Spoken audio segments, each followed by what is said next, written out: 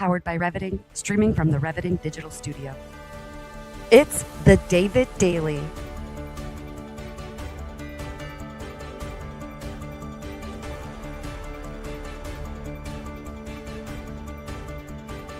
Exploring frontier technology, artificial intelligence, quantum innovation, and the intersection of faith, funding, and the future.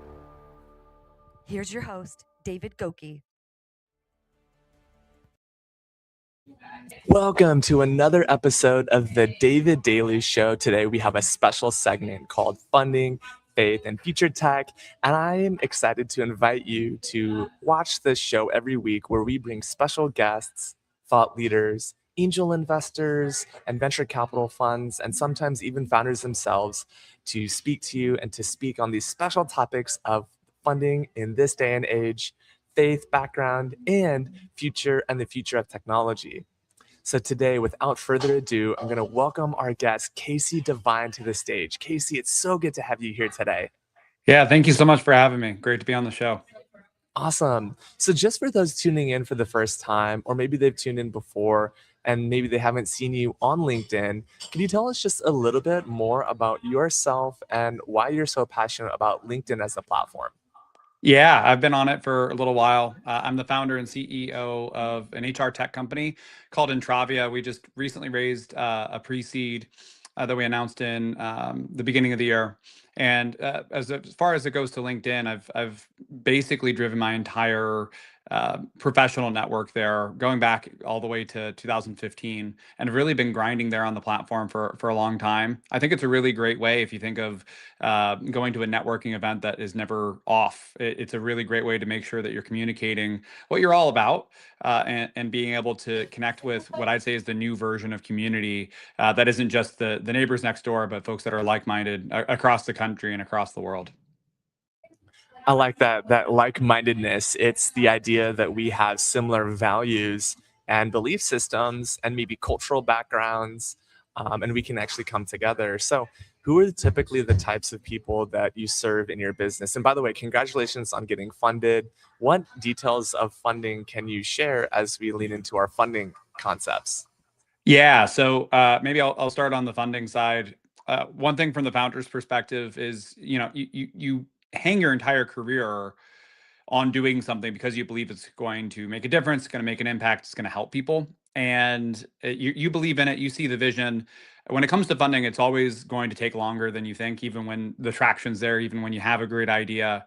That's the first thing. And the second thing is to just kind of detach the funding side from the business. Regardless of funding, you need to execute in the business if you believe in it.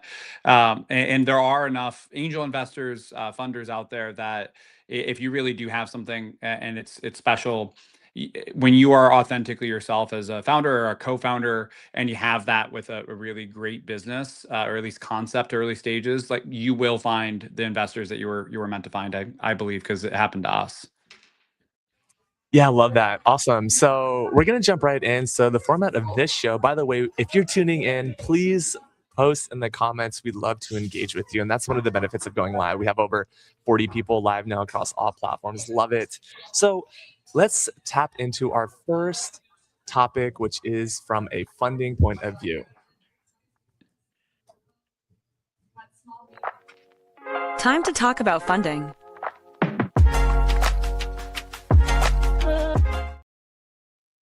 All right, awesome. So our first topic is deal flow and funding. So values alignment is super important. I definitely appreciate that perspective. So tell us, how did you get your values aligned, or how did you even start to align your values with your investors? I think first things, I'm really clear on what my values are, and by no means I'm like me communicating it, meaning that you have to specifically share them. But I'm a adult Catholic convert, and so I brought that into the even reason I founded Entravia, to really promote the dignity of work, especially within small businesses. And since that was so central to the work that we are doing, and the whole reason why Entravia was even founded, it bleeds into every single conversation, because that is the core ethos of what we're doing. And so then naturally, instead of it being like, I need to figure out how to nest funding and your value system, it was the other way around. And so we actually were serendipitously, although I don't believe in that, funded by M25 here in the Midwest. They're out of Chicago. M25 actually stands for Matthew 25, the parable of the talents, which is really aligning with even the mission of Entravia. And so I think starting from the beginning with values in mind and being clearly communicating on what we are and what we aren't is a little bit scary because it does put you, on a path. But as long as that's the path that you want to be on, I think it's great. And so far, it's really great to work with and collaborate with a firm that sees eye to eye with our value system as well. Yeah, value alignment, especially Midwest. So I have roots in the Midwest as well, family in both Michigan, Ohio, Indiana, Iowa, and other cities across the Midwest. So I love the Midwest values. Tell me a little bit more about how you were able to strategically position yourself as a startup founder in the Midwest, not being on a coast. Yeah, I think there's arguments to be made for both sides. I don't think that Midwest founders are better than coastal founders, and then the more controversial thing to say is I don't think coastal founders are better than Midwest founders. But I think what you find, especially in the Midwest, is that you find like a work ethic. You also find a sense of community, and we I think are more likely to be bootstrapping. We understand, I think, how to make a dollar go farther, and I think that can be to our benefit and also to our detriment. Where I think on the coast you're just exposed more to grow at all costs or up and to the right really quickly. It isn't necessarily that we're thinking not about that, but we are definitely thinking about like. Being good stewards of whatever resource we have more often than not, especially capital, especially employment. And I think that really plays well into a competitive strength because early on, especially that was necessary, especially before we got funded in the time I was bootstrapping this organization. What you're doing is you're trying to make the dollars go really far, but you're also trying to find people who are in this with your mission, who aren't necessarily doing this because of the money that's there today. It's totally fine that they were doing it for the money that might be there tomorrow, but they came on board because of that alignment, and that I think was what unlocked the growth that we've seen so far. Yeah, I love that. The idea of capital efficiency is a common topic during our funding segment because now more than ever, investors specifically are looking for capital efficiency, meaning how much further can their capital actually go, right? And in addition to that, in an early stage aspect, when they could be betting on anything in the repertoire of so many startups needing funding today, what was it for you that said, look, we can be more capital efficient here in Minnesota. We can be more capital efficient at an early stage. And not only that, we have real traction and results. Yeah, I think part of this is just going back into my background as a founder, and so I'm one of the LinkedIn trends as far as founder goes, which is like a founder that's been in an industry for a long time. That's kind of a nerd within that space. I'm in the HR tech, employee benefits, and HR outsourcing space overall. And from there, I think one of the nuances to our business is we didn't build it and hope they would come. This comes from a decades plus worth of experience of me experiencing the problem and seeing others that experience the problem. And so we started with the go-to-market motion in mind instead of building this really pretty thing in a basement or in a boardroom and then popping out and hoping that people see it. Like we were definitely started from how are we going to get distribution, especially in today's day and age where distribution is the moat. That's where we started, and I think that also aligned to de-risk the deal for our funders because we're thinking about that. Not that we're not thinking about product, but we're thinking about how can this get distributed. But again, going back to the value side, it's because like if we don't distribute it, we're not helping anybody, we're not making an impact. And so that is what's top of mind. We can have this beautiful thing, but if no one sees it and it doesn't help anyone, it's really a moot point. Distribution is the moat. I love that quote for so many reasons. First of all, is someone at Reveting paying you to say that? Because Reveting is all about distribution. Hey, if they would, they're not yet, but if they want to, I'll share my Venmo after this. Nice. I love it. Okay. So GTM, let's talk GTM as a founder, as an investor. Let's put our investor hat on. That's what the founding the funding piece is all about the funding topic, right? Is so you're a funder, you're a founder, and you want capital efficiency, right? You want that GTM to already be in place when you're putting your money down. It's like the horse is already running. I'm betting on a running horse who's going to be winning. So how do you show that distribution is the mode for an investor? So when you think about GTM, you have to think about who, like, if your solution, your product, your service, whatever, is a solution to a problem, who has that problem? When do they have it? And so then from a GTM perspective, if you have to be crystal clear on those two things, and then you have to be thinking about how do I get my message of, for me, Entravia can help that specific thing to that specific person at that specific time. And I think you really need to dial in on people. When we think about, oh, there's X hundreds of thousands of small businesses or startups or nonprofits or Fortune 500s, yes, but we don't really sell to businesses. I don't think that's actually how it works. Like, people interact with people, and we might be wearing a logo on our shirt, but saying that this isn't true, I'm gonna sell to Microsoft, for example. It's like, well, yeah, in all reality, there's a handful of people that you're actually going to be influencing and trying to partner with and make their lives better. A handful of people that are going to be saying yes or no to your deal. So if you're coming through that and you're really crystal clear on who those people are, you're really crystal clear on what their problems are and how you solve it, and how to get that message to them when they're experiencing the problem. I think that's where the go-to-market perspective comes in. And that's going to be a business to business. For us, it's like, hey, we know that folks are dealing with this around benefits renewals, or when they have HR trigger events like hiring or firing, unfortunately. And so that's where we are really honed in on what's in it for them. Like, how do we help you?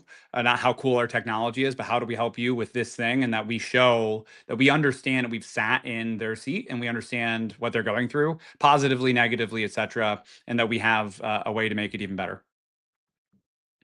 I love that, especially this aspect of team in the age of technology and automation. And without getting too specific on tech, because that will be in our tech section and tech topics. So I'm an investor. I'm thinking about, okay, 1 in 10, maybe 1 in 20 are actually going to make my money back, right? So as an investor, as an angel, I'm thinking, okay, how do I protect my money? And it's not just good products, right? It's having good people, it's having good technology, it's having revenue coming in the doors through the go to market motion. And I love that Kasey is saying that distribution is the moat. So from a funding perspective, early stage, at what point should a founder, start to talk to investors? As an investor who's looking at pre-seed startups, when would an investor say, oh yeah, you know what, this is when they need an influx of capital? Yeah, what does that look like as an investor? I think the time to start those conversations is even potentially before you start something. It's definitely not when you're like 30 days out from needing something. Think about it, this isn't exactly the case, but if you go to any sort of startup or funding based networking event, somebody's going to say the quip that the average pre-seed investment lasts longer than the average marriage in the United States. And so I think it's appropriate to approach it semi like a marriage, to understand that you're probably not going to go find a significant other or spouse 30 days before you want the wedding date. This is a long-term relationship. It's something to develop, again, because the funder is taking a bet on the founder and the team. And the founder is also taking a bet on the funder, that's going to be an aligned relationship that they can count on well into the future, especially once this gets big. And so I personally, before I even decided to start something, I've been in the venture capital, angel investing, early stage ecosystem, definitely in the Twin Cities here in Minnesota, but more regionally, and then on LinkedIn for years. It's been where I've been hanging out. That might have influenced me to become a founder in the first place, but that's also, I think, what helped me to get that ball rolling with fundraising and really do it quickly, is because A, I knew who the players were that were going to be relevant. B, I knew what they cared about. And C, even if I wasn't connected to the specific person that we ended up doing business with, there were mutual connections that could vouch for me as a person, me as a professional. And that really helped, I think, accelerate things, because I wasn't a stranger off the street. Right. Yeah, no, I love that analogy to a marriage, and whether it's like a domestic partnership. I think in Canada, actually, if it's 6 months, you're considered a domestic partner if you have the same domicile. And in the United States, obviously, you need a marital license and that sort of a thing. I'm curious, do you have experience being married? Are you married currently? Why the reference to marriage? I'm just curious. I am married. We have 2 kids. One's a 11-week-old baby screaming upstairs. Oh, wow. Um, Congratulations. yeah, thank you. But it's been something that I don't know why, but every time I've gone to like a funders and founders event or a roundtable talking about pre-seed investing, somebody says that quote. And I think it's specifically to hit on the fact that, if the average marriage, at least in the United States, lasts 5 years, the average investment from pre-seed to exit is 10. And so these are people, again, not just firms, not just businesses, but actually people that are going to be interacting and really having like an outsized impact on your month to month life, and also the decisions that you're going to make, and the connections you make. So it's really important to align with them and to get to know them ahead of that, not just to accept a check, because I think even from a founder perspective, it is really tempting to take whatever money you can when you're just trying to prove it out. And at the same time, having that alignment and having those relationships early on is crucial, because if you really are right, those are going to be people that early stage, those funders are going to be more closely aligned to you than any other check that's written into your business. So it's really important that you like talking to them and vice versa. Yeah, I hope you like talking to your marital partner. If not, you won't last the average. Which I was going to ask you, how long is the average marriage? And if it's 5 years in the States, I definitely can understand that. So I think it is. basically, you're saying like, okay, look, most likely this is going to be a 10-year deal. And when you're talking to a startup as an investor, a venture capital fund manager, a family office representative, maybe even a family friend of a wealthy family looking for startups, it is a 10-year process, and you might not get your money back even in those 10 years. So I like that you're kind of alluding to it being a long-term marriage. So now the question is, how do you start to ask those questions to those founders? How long do you need as an investor to really get to know your founders before you say, you know what, this is something I want to invest in? It's kind of like when you go to ask your partner's father for their hand in marriage as a traditionalist, right? You don't go meet him on the first day. No, there's time that's involved. So what does that journey look like as an investor reaching out to founders who need funding and are pursuing you, dating you, courting you, and wanting to get funding for their startups? Yeah, we'll keep pulling the thread, I think, on this analogy because it helps, at least in a lot Yeah. of cases. So if you're the funder, you need to understand that the founder doesn't have their act together entirely, just like that brand new potential partner spouse might not have their act together entirely up front. And you need to be able to see and check on their dependability. You need to be able to check on their vision of where they're going, and also understanding that like you're really just filtering for how they think and their value system and the general path that they're on. The likelihood of a pre-seed or pre-seed, even an angel check founder doing the exact same thing they pitched you on in the exact same way in even a year is like not much. There are pivots that happen because you're forcing your idea against reality of the market timing and conditions, and because of that, things are going to change. And so I think that the reach out is, yeah, you can go like find them. There are sites that can connect them. I'm actually friends with a founder of a social media platform that connects founders and funders, and it's called Investling Social. It's a great place to hang out for either side of that marketplace. But really, I think the best way to do that is to go into your local ecosystem and find the networking events, find the co-working spaces. If there aren't those, find the coffee shops, hang out, get to know folks, go to where they are. If you're a funder looking to deploy the capital, I think that's the best way to start creating some of those authentic relationships. Yeah, it's like, could you do this? It's like the amount of due diligence that's required for a startup. It's like, can you also do this in marriage too, right? It's like, all right, so for those of you watching this far in, you may know that I've been previously married and unfortunately also divorced.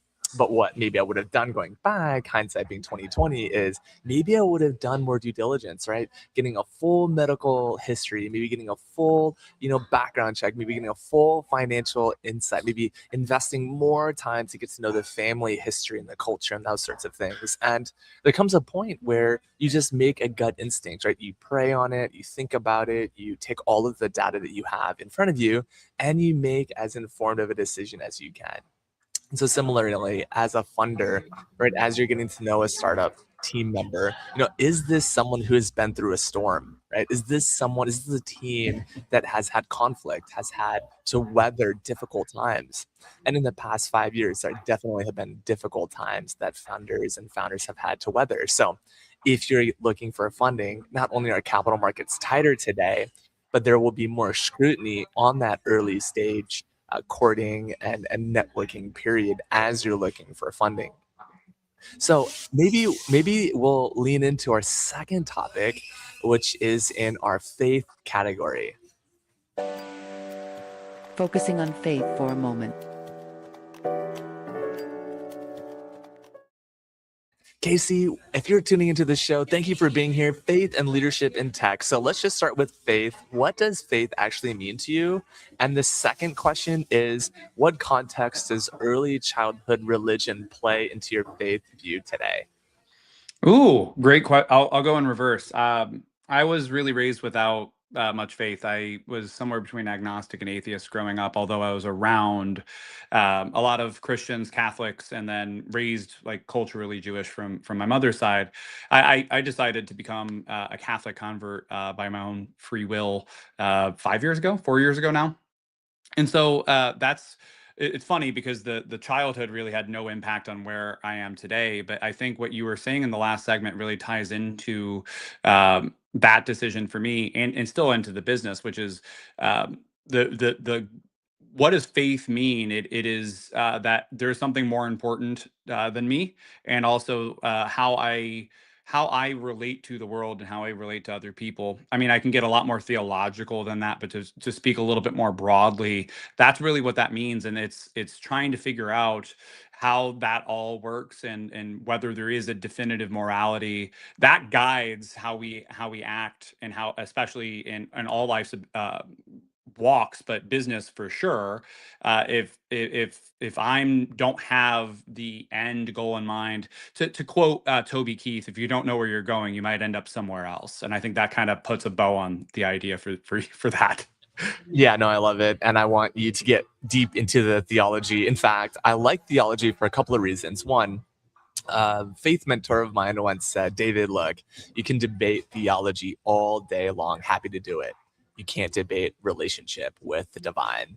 Your last name is Devine, spelled slightly differently. And I'm curious, how do you then apply those faith values now in the Catholic faith into your leadership in tech? Yeah, I think there's two different points that really matter from my background as a Catholic leading a tech company. The first is servant leadership. I think that uh, that was a really radical concept when Christ proclaimed that, and it's something that we take for granted, at least in the West, of servant leadership. We see a lot of books about that, but washing your followers' feet, for lack of a better term, is something that was not done. And I think that's the first thing, is how I exist as the founder and CEO of this company to serve others, especially the folks that said yes to working toward that mission with me, the employees. From the other side is there's a dignity of the human person that really matters. And I think that as founder and CEO, that's how we treat the people who work here. That's how we treat our customers, our partners, et cetera. But really, even the inspiration for why I founded Entravia was the dignity of work and how we are meant to cooperate in work. And there's a salvific nature of working. It's a dignified thing. We are allowed the opportunity to participate participate in our own salvation that way. And so that's why I started here, was to lift up the concept of work, to lift up what it means to work, especially at small businesses in the United States. A lot of the folks that work there are low to middle income Americans, and the differences of points of their healthcare renewal might be the differences of them being able to afford to go to the doctor. And so we can really recognize the individuality and the dignity of the individual by allowing them more dignified work. And that's part of what is the main reason I even decided to do this. Yeah, I love that. I really appreciate that you have a faith foundation and you can represent Catholics. Of course, there's so many different faiths. We just had a Hindu on the show recently. We had a Catholic today with you, which is fantastic. My grandparents are devout Catholics as well. And they just recently learned about Zoom Mass. And it's so funny. I'll tell you a quick story. My grandmother was saying, yeah, David, I heard that we could load up a program on our TV. I said, Grandma, what do you mean? And they said, oh yeah, our mass is on YouTube. I said, oh, you mean you want to live stream the mass? And like, yes, of course. So of course we pull up the mass on YouTube on their smart TV, and sure enough, we see my aunt, aka their daughter, on screen, and they were just so joyful and so happy to be able to see that. So that's one of the benefits today, is that we get to practice our faith. And especially as leaders in business, as leaders in technology, we can showcase those faith-based values internally and externally with partners, teams, customers. So I'm curious, tell us a little bit more about the business and really the meat of the business, understanding what is that key customer that you're serving today, and also what value do you provide in terms of results, and how do you get those results for your customers? Yeah, so we're within the PEO industry, professional employment organizations, which is like HR outsourcing, employee benefits, primarily for small businesses. And when we started Entravia, our idea was basically saying that, like, hey, this is a really valuable service. It's actually a $414 billion industry in the United States. But our thesis was that the shopping process was stuck in the 90s, from PDFs, Excel documents, et cetera. And so because this is like a trigger-based buying and selling process, the old go-to-market motions weren't really serving the needs of the small businesses. So at the first point, we were deploying our technology as a marketplace. We were basically showing small businesses that there was a better way to be able to do the shopping, and we were matching them with the vendors and getting paid. So it was free to the small business. The pivot that happened is more that we actually started partnering, a la that big tent idea, with our competition, with health insurance brokers, with PEO brokers, with these vendors themselves, and getting to the small businesses by not competing with those folks, but actually partnering with them. So our direct point of contact is like a insurance broker. Maybe they work with employee benefits or workers' compensation insurance, or a financial advisor, or a fractional CFO, or something like that. Someone who's really that advisor to the small business, that's going to be walking with them as they walk through really important discussions and decisions on human resources, employee benefits, insurances, and that kind of thing. Yeah, I like that. So with over 10 years of experience inside companies like ADP and TriNet, what's the specific moment that you realized that, you know what, PEO buying is actually, that process is fundamentally broken? I realized it because I was VP of revenue for a smaller company called Procare Right. HR. They're backed by Silver Lake. And I actually got to sit on the executive leadership team. And I've seen these like bits and pieces, but I think what clicked was just how hard it is for everybody. I've seen in my career, because I was leading sales teams into the small business realm and hearing them complain and seeing how much they were struggling with this really necessary but annoying thing that they had to do. And then sitting on the other side of the fence and seeing why that was the case, and how nobody's wanting to make somebody's life more miserable. I think that's where it really clicked. Brett Landrum was founder and co-CEO of Procare HR. He's like a mentor to me, and seeing an example of an entrepreneur that wasn't too much further down the path in age than me was, I think, where it clicked, that like I can not just identify that there's a problem and maybe complain about it at happy hour, but I can actually do something about it. And that's what really started clicking in my mind of, oh, I actually can go solve this. I can go solve something and get paid for the value that I bring to other people, which is the amount I help them. And so that's where everything started kind of firing off in my head, and I think was the first domino on my entrepreneurial journey. Nice. I love it. I actually sent a Domino's gift this morning to the group chat internally. It's so funny. So you're building in an industry typically known for misaligned incentives and opaqueness, forwardness, right? So how does your faith inform decisions that you make about business ethics and how you treat partners? I think it's all about informed consent and informed choice. We really don't exist to make decisions for anybody, whether it's our broker partners, the vendors on the other side of the platform called PEOs, or the small businesses. We are here to enable the free, quick, and accurate flow of information and data so that everybody can make informed consent and decisions. We're not here to potentially really de-risk anything as far as like telling you what to do. That gets it more into the professional services realm. But I think from a faith perspective, is like we believe that your yes should be yes, and that you should, just going back to the marriage idea, that you should be really fully aware of what you're doing. You shouldn't be going into that decision coerced, and you should really understand what it is that you're trying to say yes or no to, and the implications positively and negatively of that. So that's what that idea is, how we interact with everybody. That goes into our product roadmap of making sure that everybody's really well aware of what's transpiring, what's happening with the data that they're providing into the platform, and also the implications of the decisions that they're making, so that that's not opaque anymore, so that they can really come into it eyes wide open. I'm not saying, you're just like the sunscreen speech from the 90s, your choices are half chance, so are everybody else's. That doesn't necessarily mean that we're going to make sure that they make the right decision, because if anybody could say that I'm going to make you make the right decision, we'd have a lot more lottery millionaires. So people still have that dynamic where we're inherently not predictable. There is still risk to the future. That's how it is. But we're at least allowing you to understand way more clearly, like why, what, and how, when we're going through these discussions with all three stakeholders that interact with Entravia's platform.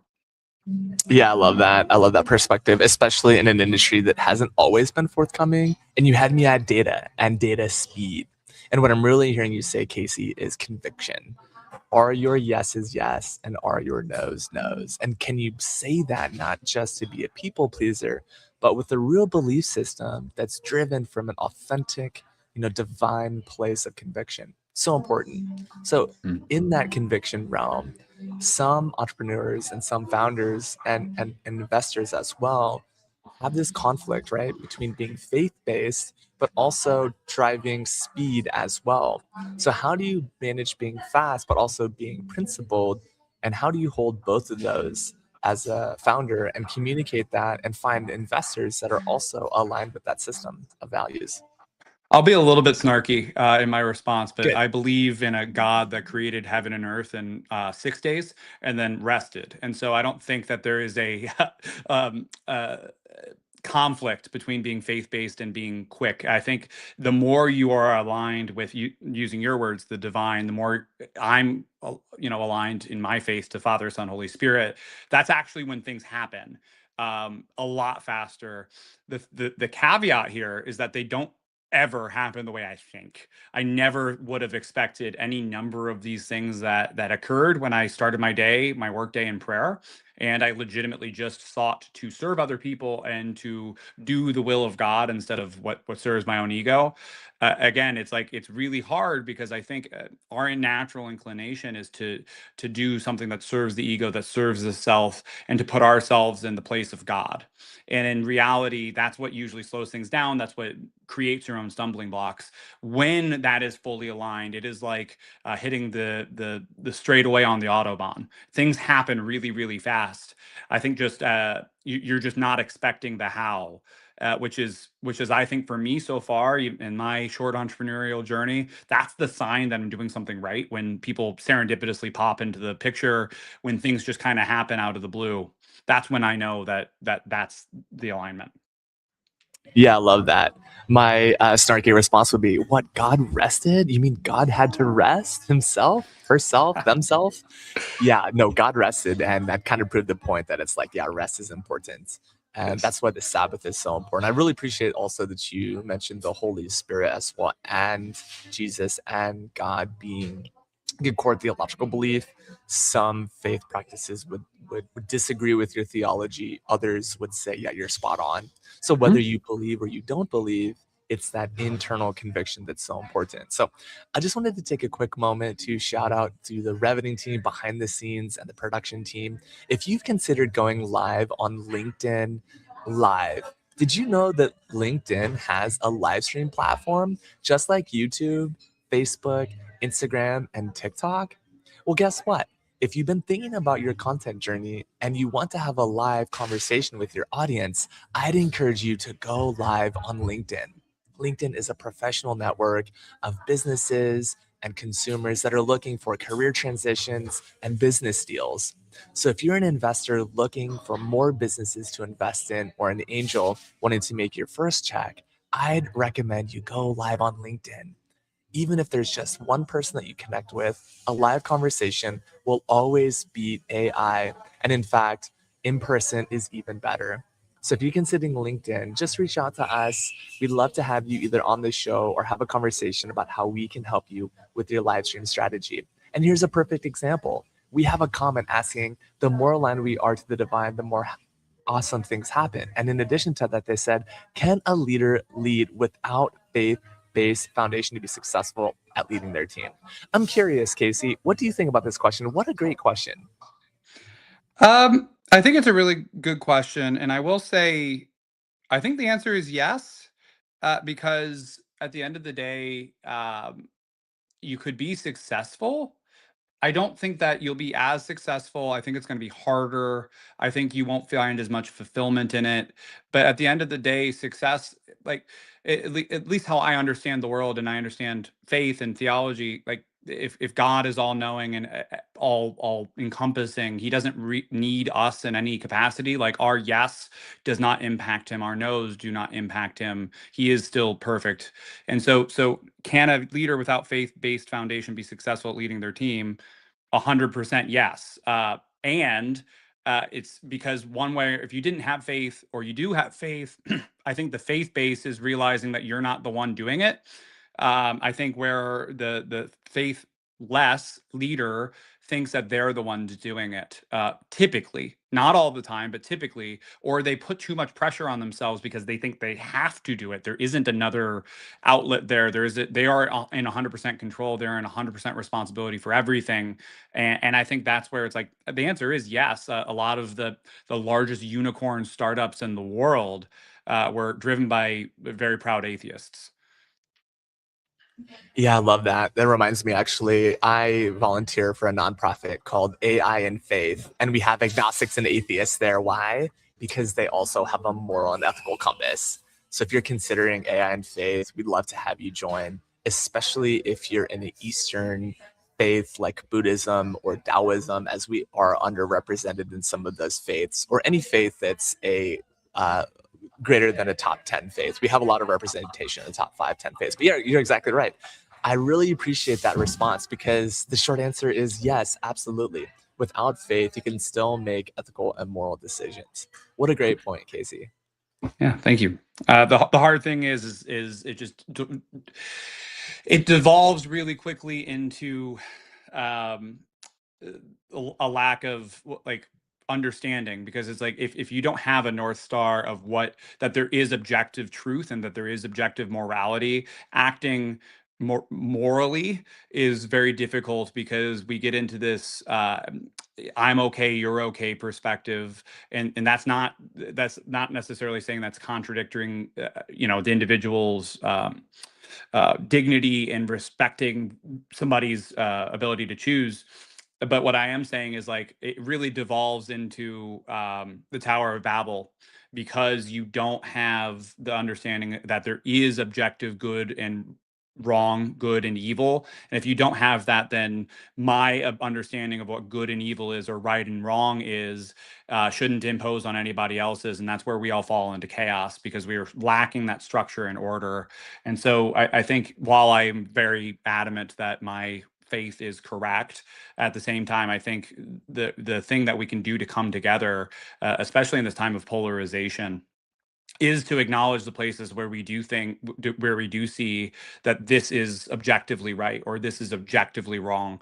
And even it doesn't matter how far down we need to go to find those common denominators, but that's where we can start building community and rebuilding, I think, a sense of community, a sense of country, a sense of belonging. Sense of belonging is incredibly important.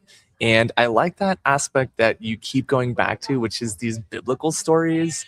And when behind the scenes in the green room, we were basically talking about, oh yeah, Kasey, it's kind of been difficult for us to get connected. I'm not sure why that is, but I know that you're going to just be a star on the show. And you're proving me right, which I love when people prove my assumptions right. I also love when people prove me wrong too, to be honest, because then I get to think and I'm challenged. Yeah, so many good sound bites. I'm excited for our third topic category. Let's talk about quantum and the future of technology. All right, this is a big one. Spirituality, technology, AI, ML, emerging technology. Wow, what a mouthful, but it's all tech related. It's all future. What does this mean to you? I'm excited to get into the details, especially since we both have a background in data. Yeah, I think future technology is at best, again, increasing the dignity of the human person. I'll go back and tell a really classic story to, I think, frame the decisions that we as people, we as a society and as an economy are facing now and need to continue addressing. Go back to even the advent of the automobile. Well, first of all, but prior to that, when we were walking or horse and buggy or bicycles, a lot of our communities were walkable. There were little pockets, even in big cities, there were little small pockets with a corner store and a restaurant, etc. And the automobile was invented and promised to connect us better. It also promised to allow us more free time and the ability to do more of what we want to do. Again, that dignity perspective, by making sure that we're not spending as much time in travel. And then we as a society, as an economy, actually responded to that innovation by moving farther away, and the advent of suburbs and now replacing that same time with a commute.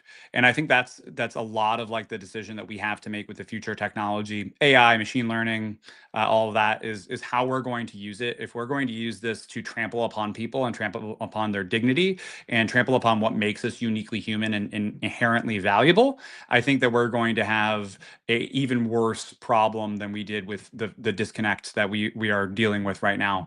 And I think if we can align on, going back to the prior segment, ethics, morality, right and wrong, and we can use this to serve people, we're going to see like a boom of flourishing, likely the world has never seen.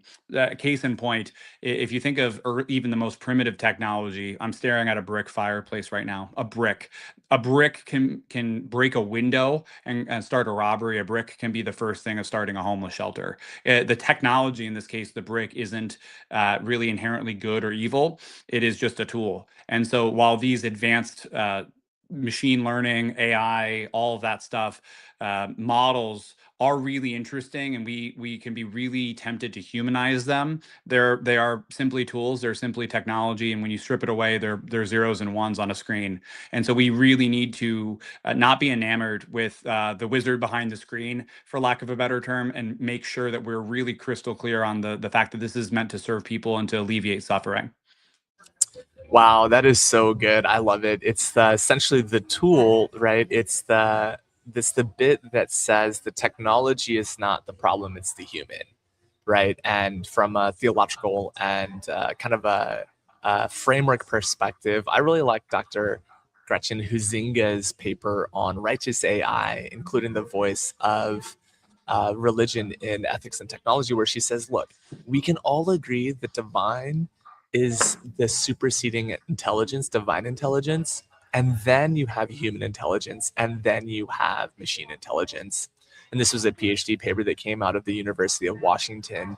And basically, the advisory board that approved this paper and the dissertation was a very diverse board that included an atheist, an agnostic. I think there was a Buddhist, a Hindu, and a Christian, a Jew, and a Catholic. And they all came together and said, oh yeah, we believe in that divine aspect. Okay, so getting into the tech piece or the future aspect, yes, they're not just ones or zeros. They could be both in quantum, as we're finding out, right, with entanglement, superposition. So let's get into the specifics. And I'm not sure if you probably have seen the Gartner's ascension model for data and engineering, right? You have original software engineering, then you have data engineering, and then you have this machine learning engineering, and have artificial intelligence engineering, and now you have agentic engineering, and you have quantum engineering, right? So when should an organization be considering a strong investment in the machine learning infrastructure? Let's start at the basics. And what is machine learning if someone is just tuning in for the first time? Yeah, I think the right time to start addressing machine learning for an organization is yesterday, whenever you're listening to this.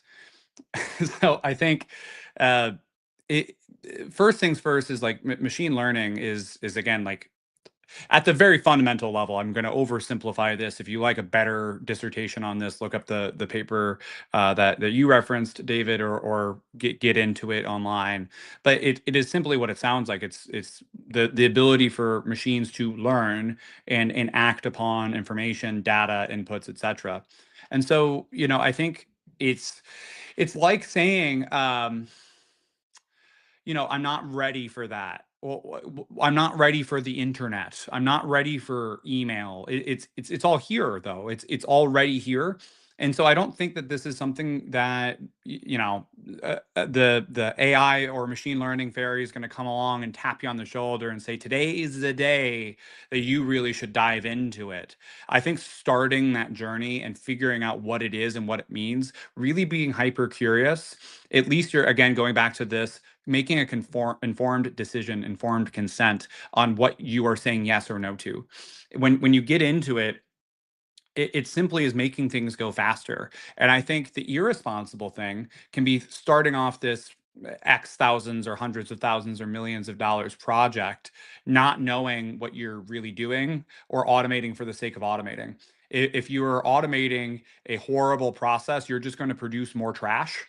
So I think it is really important to have an understanding of what the technology actually is and does, but also not just reading like the latest newsletter or Gemini or Grok or OpenAI or Claude just, release this feature. And now you're going to go spend a week learning about it and implementing it, because it still needs to be aligned to some sort of strategy. It needs, and in this case, where we're talking about funding or business, you need to be actually working toward a goal. And these, again, are tools that help you get to the goal. But if you are thinking that the tools are just the reason in and of themselves on one extreme, or on the other extreme, you're thinking that like, I don't need to worry about this. It's not coming for me. This couldn't help me. Or if I implement this, I'm going to be somehow less than or worthless or whatever it is. I think both ends of that spectrum are extreme, and probably the answer is somewhere in the middle.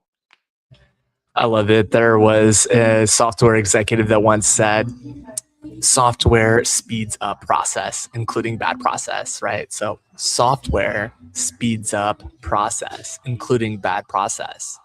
And another technologist who was kind of cited in some circles as like the black Tim Cook or the black Steve Jobs, he would say that all technology, including AI, requires humans in the workflow. And all automation is simply workflow. So I love what you're talking about. And in terms of machine learning and machine intelligence, this idea that, yeah, we need to train our data with machines so that they can be more efficient and faster than us. Not necessarily more intelligent, but more efficient. So I really like that. Okay, so now that we have machine learning, how do we layer on the AI, the prescriptive analytics, right? And the predictive. Now, when I say prescriptive would say, yeah, I prescribe that you will need a prediction, right, is to say I predict that if we take like a weather analogy, I predict that it will be raining today. Now, a prescription would build on top of that and say, okay, if it is going to rain, then you need to put rain boots on. And if you're in Seattle, Washington, watching this, you just need a raincoat. But if you're in the Midwest or in the South American jungles, like I've recently been, you definitely need an umbrella, a raincoat, and maybe even to shelter in place. So with that being said, how do people build that predictive and prescriptive layer on top of that machine learning infrastructure? Great question. So with all of those things, you're assuming that there are patterns to our behavior, and there are. Potentially. So that's like the first thing you have to Right. start with, is to understand and acknowledge the patterns in what you do, and how the world around you works. Knowing that the patterns aren't always 100% correct, because, to use the example, sometimes the storm goes north, and you wouldn't have known that. Sometimes it is that, yes, it is going to rain, and actually you're training for a marathon and you want to train in the inclement weather, so you get used to it. There's always these like edge cases. But first things first is understanding that most of the time the cases aren't the edge cases, and so getting good enough, I think, is really valuable. Well, on the AI piece, on the predictive and prescriptive, that's where it's trying to make sure that you start with your most repetitive tasks. And I think Jesse's chiming in with a really good question of, do you trust the data? Do we trust our incentives? Definitely double check both of those things, but start looking at what you do most often, and start with, is there even a basic decision tree, and can we help make those decision trees go faster? These things are layered on. Think of building out like a prescriptive or predictive model on like a layer cake of, what's the first decision, what's the second decision, and it starts treeing out. If you're going to start with this, start with like a whiteboard of within our industry. One of the things we're using this technology for is to suggest what vendors a small business's application would be the best fit for. And so that starts by having really good, to Jesse's point, clean data on what the vendors want, and making sure that we have good, clean data on the small business's situation. And then from there, we can start making suggestions. Hey, in the cases that looked like this, most often they see value in X, Y, and Z. Here are the places we think that they should go. Also knowing that there's usually something we don't know, and we are constantly changing. But from there, you can start building on the decision trees of like, all right, well, we know that when this application comes in for our workflows, they need to choose providers to view the data. We also know that you're sitting in Indiana. Most companies in Indiana like talking to these national players, and it may be also these regional vendors that happen to be in Indiana. And then you can continue kind of pulling the thread there. Again, with this automation, it's just automating what people do. So if you can do it and you're Exactly. specific enough, you can get there. Right. Yeah, no, I love that. And it's so interesting that oftentimes people want to complicate tech. I just remember saying, like, what are the 3 steps that you do the most often? Like, let's start there. Like, you get out a sheet of paper, just close your laptop, get a sheet of paper and write it down 1, 2, 3 step. And then we'll go automate just that first step that has the most potential ROI. And let's find simpler ways to do that. And of course, today there's so much in terms of automation. And in fact, my final question before we go into our lightning round, which I'm excited for, is a lot of founders and investors in your industry are either terrified of AI overtaking the industry or overselling it, right? So where do you think the real value is in AI?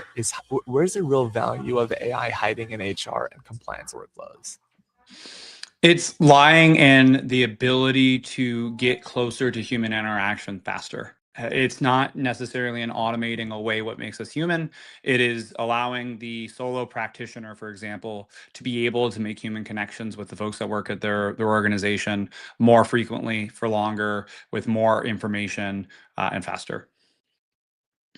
Nice, I like it. Okay, so we're gonna do lightning rounds. Producers, just keep us both here on stage. Okay, so you coined the hashtag top 90s GTM in PEO 2K26. What does modern go-to-market actually look like in a space that's been slow to change?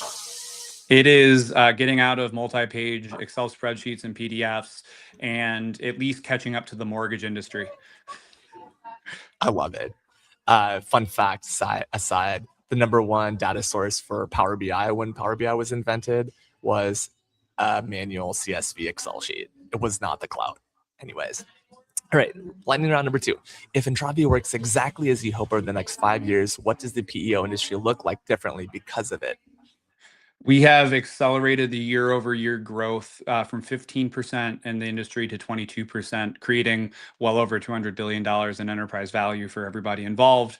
And we've brought something that takes months in a shopping process and enabled it to be a lot more like car insurance or home and auto, where you're able to at least get matched and get to pricing out of the way so that you can start understanding more about the quality of the relationships instead of the data or the money. I love it. All right, last one. What's one book, idea, or person that shaped how you think about building companies that serve others rather than just optimizing for returns? Yeah, I think, well, outside of the Bible, which I think is an obvious thing given what I've said, start with why, Simon Sinek. That is the best way, I think, to start. If you can start with the core, then you'll be able to answer all of those other detailed questions. I love it. Why by Simon Sinek. Okay, now we're going to go into our favorite segment or our anchor segment, Beyond the Bag. Beyond the bag, beyond the bag, beyond the bag.